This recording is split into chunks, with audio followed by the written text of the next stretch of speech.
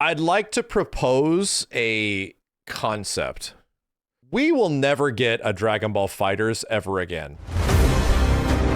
Which is a bittersweet thing to say. That game was so special in like so many ways. And I don't mean we're not getting a Dragon Ball FighterZ 2.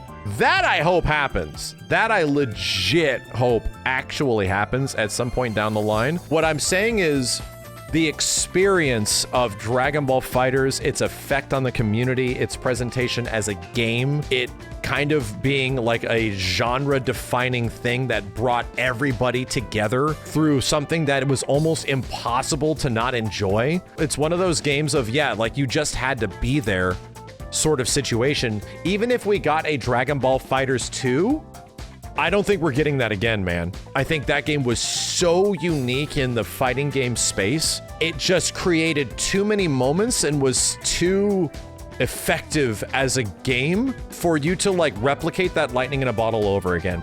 That's what I'm promoting. And granted, the game eventually got into a space that was really rough with like its final season and didn't leave people with a particularly good taste in their mouths. But I think that the impact of Dragon Ball FighterZ as a game in total is probably one of the craziest things I've ever experienced in my entire professional career of covering fighting games, you know? Granted, I had a lot of gripes with it, you know, netcode issues and things like that, especially in season 1, but so much of what DBFZ did to bring the entire community, to bring literally like a huge genre and swath of people into the genre that just wanted to get into fighting games because this game was the game for them, that brought together the fighting game community itself because it's a damn Dragon Ball game, that brought together Marvel vs. Capcom players looking for dirt and all this crazy stuff of how to like formulate teams of Dragon Ball characters that were going to be like straight nasty, you know what I mean? I find it funny that so many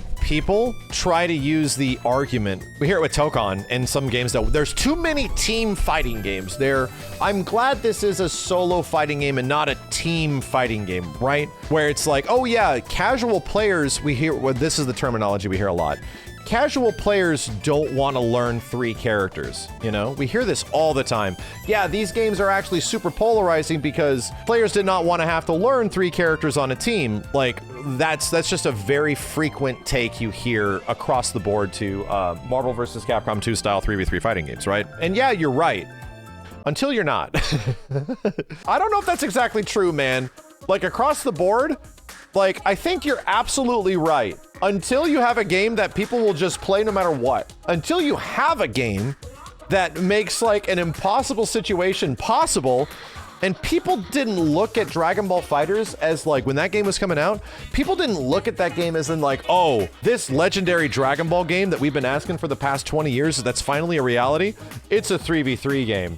I think that's just too many characters. I think I'm just gonna pass. No, dude, no one gave a shit. Like, nobody cared. Every single person played it. Like, everybody that I knew to or talked to, like, everybody was playing that shit. Didn't matter how good or bad you were at fighting games. Didn't matter if you had to learn 6 characters, 3 characters, 2 characters, 1. It didn't matter, dude. Everyone just jumped into it because you had a reason. It's amazing. I gotta play this. I have to play this. It was the same thing with Marvel vs. Capcom 2. Why? Like, MVC2 felt like it was way too much until it wasn't. These games feel like they're impossible, insurmountable tasks of knowledge and information that you have to acquiesce through playing it. There's no way I'm ever going to be good at this until I just am. And it's like, because you played it and you love it. The same thing kind of happened to Marvel vs. Capcom 3, where that game just sort of exploded in popularity over time. A ton of new players got into it, comparatively speaking, right? Not as big as Dragon Ball, but like, yeah, these big 3v3 games all felt like for a very long time, oh, people can't get into them because there's too many characters, until it's just a game that you have to play and you get into it no matter what. Dragon Ball was the game that sort of proved that shit. You will get people to play your game if it has enough hooks and promises of this being dope, and then all of a sudden you're like, oh yeah, I could play that, you know? To be real, I wouldn't be super down with a Street Fighter game being a 3D fighter, I wouldn't necessarily be like the most enthusiastic about that. I'm like, oh, that kind of really changes what Street Fighter is if it's a 3D fighting game. But would I be down to try it? Well, yeah. I mean, how are they going to do Street Fighter in actual 3D? How are they going to do that shit? There's a huge portion of DBZ fandom that didn't enjoy Dragon Ball FighterZ. Right, but we're not talking about like general Dragon Ball fandom, because dude, you're talking about how many people know who Jesus is. It's comparable, the amount of people that know who Jesus is know of Dragon Ball. So it's a little unfair. We're talking about Dragon Ball as a fighting game, and Dragon Ball is a fighting game. Dragon Ball FighterZ greatly expanded like what the fighting game community is and the amount of people that actually engage with fighting games, bro. There's gonna be games like Xenoverse that eventually appeal to a way more broad stroke audience, but like you weren't making lifelong friggin' Xenoverse fans. Now you were making, until they screwed it up, like lifelong Dragon Ball FighterZ fans. Dude, these guys were gonna play this game for years, like years upon years, like religiously, you know? What I'm trying to say is that we are not getting that experience again, man. Like Dragon Ball FighterZ is such a unique lightning in a bottle community situation. I have never seen that happen in the way that Dragon Ball FighterZ sort of brought everybody together. In that way, I think that game like fulfilled every possible demand it could. I think even if you had a game like a One Piece game, which we've always theoretically thought of over the years, where like a One Piece fighting game could, just maybe could, be the next Dragon Ball FighterZ 2. But still, I don't know if a One Piece fighting game specifically caters directly to the kind of audience that is looking for that dream match situational sort of need that Dragon Ball has had for so long. I want Android 17 to beat the shit out of Vegeta Blue. Like, you know, like that kind of like crazy dream match situation that people have been talking since like the friggin' 80s and shit like that. You sort of get that in a lot of those Dragon Ball FighterZ games or Dragon Ball games over the years, but not to a degree in the execution that FighterZ did. Like, it's special, man. That's all I'm saying, is that it's special. I'm not underestimating One Piece, don't get me wrong. I still think it would be astronomically big if Arc System Works did that. But I don't think it satiates that demand the same way that Dragon Ball fans were looking for that from this Arc System Works game. You know what I mean? I just want to look up, I have my moment, my Dragon Ball FighterZ moment. Hold on a second. This is, when I think of my Dragon Ball, granted, I actually have a friggin' Evo moment for this, but this is not what I think of when I think of like memories of Dragon Ball FighterZ. This is the one that gets me, bro. Bullshit! I literally backdashed to specifically avoid that Look at this game, man. Let's go, asshole! Ah! This game, dude. Just look at this. I don't even need to like say anything. Like, just look at the presentation. Like, how clear and concise the characters are on the background. Just from like a visual fidelity standpoint, it's nuts, dude. This game is literally like a work of art. It is the pinnacle of fighting games. It's insane, it's crazy, it's hard to follow. It looks like it's running 1 billion miles a minute. It feels like the players that are actually good at this are actually Super Saiyans themselves, beating their bodies down to achieve like maximum results and shit. It like the energy of the game matches the absolute insane energy of the show. It's brilliant.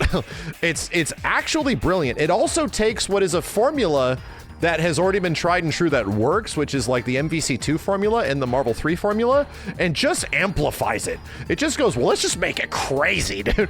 And over time, that gets crazier and crazier and crazier. Like, there's so much of Dragon Ball FighterZ that I deeply resonate with, but also bugs the shit out of me because of netcode reasons, right? Like, that's one of its biggest detriments in those first few years, was that the netcode was true balls, having to deal with super dashes with 7 to 8 frames of input delay and all this kind of stuff. But it did get better over time, you know?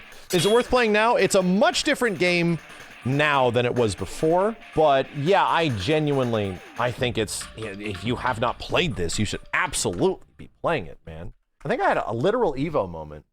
Vegeta has. Did that connect? Oh, it did. Oh, it hit him. He's not dead. God. He's dead. But he has a full meter too. Wait a minute. No way. Oh! That's it! it! Oh, That's it! That's it! bro! Bro! That was amazing! Bro! It was Wow. so quick too. Like you literally blink and miss that. That Wow! comeback was amazing. That was the best comeback. This is so what far you that get at we've seen. Evo. Look how good this shit looks, brother. Dude, I don't know what to press. Do not know what to press. This guy's name is Huge Anus. This game is fun, but not everybody know how to TOD every character. I mean, yeah. Because guess what? fast. All fighting games are the most fun in that space, dude. All fighting games in those first like couple of months are incredible. Backdash thinking it might be good. It is not good in this game. Dude, yeah, hold on. For the homies. That's blood. That's not a red thing. Blood and blood. Bring it on. Bring it on.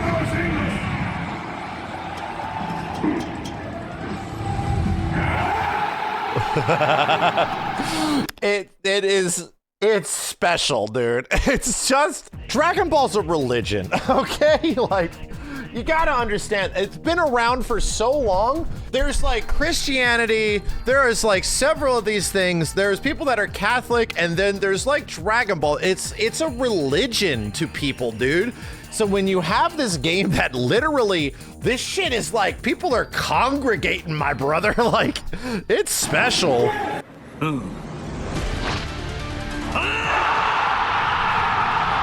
Everybody dressed up as characters and shit. There's something about Dragon Ball that is super unique to just specifically a fighting game. And here's the thing, and here's where I'm like gonna try to bring this along. I saw this happen in real time, where it felt like people were trying to promote the idea that this is Dragon Ball FighterZ 2. Right? That Dragon Ball FighterZ was such an insurmountable game that it's going to be like impossible, but this game is probably going to do it. I saw it happen with Jump Force, funny enough, of old games, and I was like, bro, no. And then we saw it happen again like a year ago with Sparking Zero, where a lot of people were sort of like, oh yeah, Sparking Zero is that game. It just has so many other characters, it's doing all of this stuff. It looks better. People think it actually looks better than Dragon Ball. And I had to remind people, and I'm like, no, dude, no, it will do very well.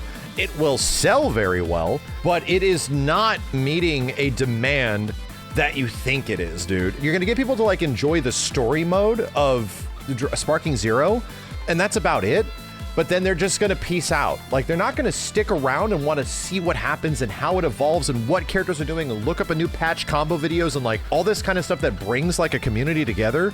It's not gonna be the game that does that, dude. I was having to remind people like why that is, because like the game was not designed for that. It was sort of designed to be consumed and discarded. It was designed to be like, oh, we're just gonna get what we have out of this and just peace out, you know what I mean? And that's what's special about Dragon Ball FighterZ, which is like lightning in a bottle situation. All communities come together. Every single person is here playing this game, like no matter what. To me, it's like such a genuinely special game that even if you get like a crazy game that's impossible, you're not bringing with it the religion of Dragon Ball, right? You're not bringing together such a huge amount of every community that is even outside of fighting games together to become fighting game fans, you know? You're not bringing along all the history of all that kind of stuff. People are like saying that about like a new Marvel vs. Capcom or Tokon, and I'm like, I don't know. It's just not. I do not feel that we're gonna ever get something that does what Dragon Ball FighterZ did. Dragon Ball FighterZ did for fighting games what Smash Brothers Ultimate did for Smash, dude. It's something that you have to sort of look back on with a realization now that it was truly a special time. It was truly a special moment. That was this fighting game community and the genre as a whole. And to eventually get something that captivates people half as much as what Dragon Ball FighterZ did would be wonderful, right? We'll be more than enthused and emphatic to introduce that many brand new people into like the fighting game space. There was a thread that someone needs to shoot me up on Twitter that had like, that was literally talking about this, of like Dragon Ball FighterZ was such a special game. As you start witnessing some of this stuff, you start realizing how special it was. And let me try to figure this out. Oh, did Lotus just talk about this in general? Yeah, even if people don't necessarily agree with my opinions about season 1 and 2 and stuff, you definitely miss out on a major community aspect where Dragon Ball FighterZ was the biggest game on the planet.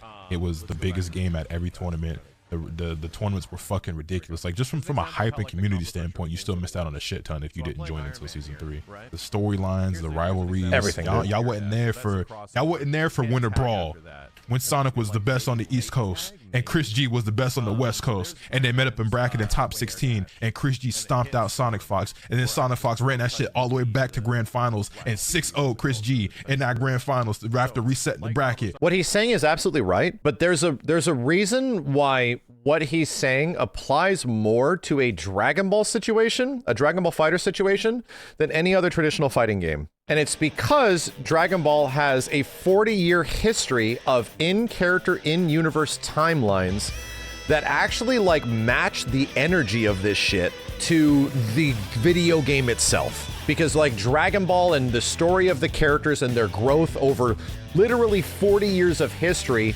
all build up to the same thing where it's like, yeah, Sonic Fox pretty much represents this literal like protagonist arc type of shit. There's literal like character arcs and stuff, like tournament arcs in the show, and actual tournament arcs related to players, which the players get boosted off, like where the players themselves feel that energy, and it just feeds into the overall narrative of everything, man. So it's just amazing, it's just freaking amazing, and it just builds upon itself. There's like a lore parallel to Dragon Ball as an existing religion, as a show, that was also to the game and its growth as a competitive video game, you know? Like the feedback loop was so positive. Everybody had issues with the game. Nobody liked holding block strings for fucking 18 seconds or some shit.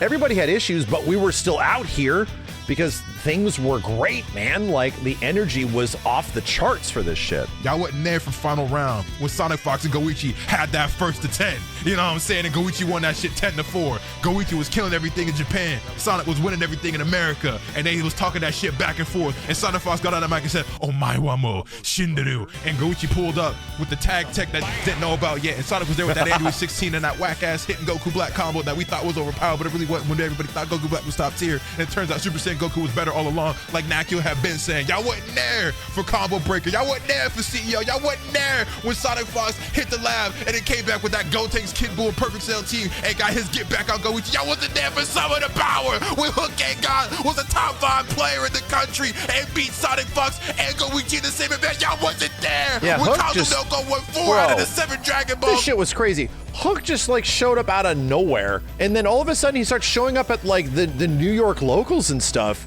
and just starts wasting fools. It's like, holy shit, man. This is crazy. What the hell is going on? Y'all wasn't there when Gohan was mixing out of their shoes. Y'all wasn't there when Yamcha, who was considered a bottom 5 character, was put in the losers bracket. Y'all wasn't there when Bomba was hitting raw level 3s on everybody in the LCQ. Y'all wasn't there for Hit putting the hands on everybody. Nobody in Japan or America could take down Sonic Fox when he was playing Hit Bardock at 16. You wasn't there when the Kill Sage was wrecking shop all throughout season 2 with Broly when he said big body characters was unplayable because they was getting fuzzy. Y'all wasn't there.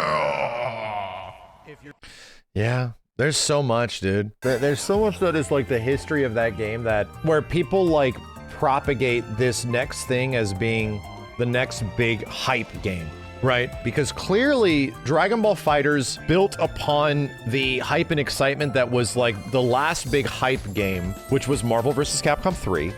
But then did it with like the most perfect franchise you can possibly imagine and turned it into like a crazy power level game, you know? The community responded in full, where in fact, it was obvious that it was destined to be the next Marvel vs. Capcom because it was way better than Marvel vs. Capcom at the time. So all of the big Marvel 3 players that were the big Marvel 3 players, most of them just shifted right over. So it was like all the energy that people had for a potential next big hype game, Dragon Ball was there, and it was perfect. It was the game that was gonna build all of these new rivalries and shit that Marvel 3 had. Marvel 3 had some of the craziest rivalries I've ever seen in FGC history, dude. Like it was insane how many moments that game built in tournament, like still to this day. And it feels like Dragon Ball beat it because it just lived like a longer competitive lifespan because it got more support over time, of course, you know? You're never getting anything as special as Dragon Ball again. It was a unique moment.